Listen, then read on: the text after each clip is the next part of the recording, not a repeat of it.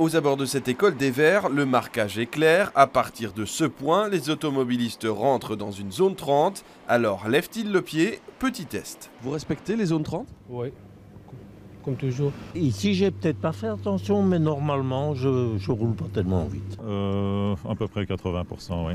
De bons élèves donc, mais ce n'est pas le cas de tous les automobilistes bruxellois. Près de 90% d'entre eux dépassent la limite autorisée en zone 30. Pourtant, elles ont prouvé leur efficacité. On recense environ 250 accidents avec blessés et tués dans les zones 30 à Bruxelles, mais 15 fois plus d'accidents dans les zones 50.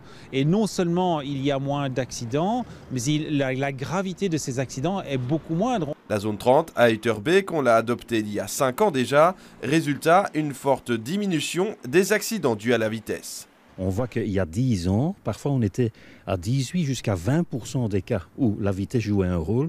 Aujourd'hui, c'est entre 3 et 5%. Donc, je pourrais dire qu'effectivement, il y a un résultat mesurable. Une efficacité qui séduit. À Schaerbeek, d'ici début 2019, les voiries communales seront toutes limitées à 30 km/h, excepté quelques grands axes. Une décision qui demande des mesures d'accompagnement. On a 440 dispositifs sur nos voiries communales qui aujourd'hui sont des coussins berlinois, des dodanes, etc. Et manifestement, ça ne suffit pas. Donc oui, il faut poursuivre l'aménagement physique. On va le faire.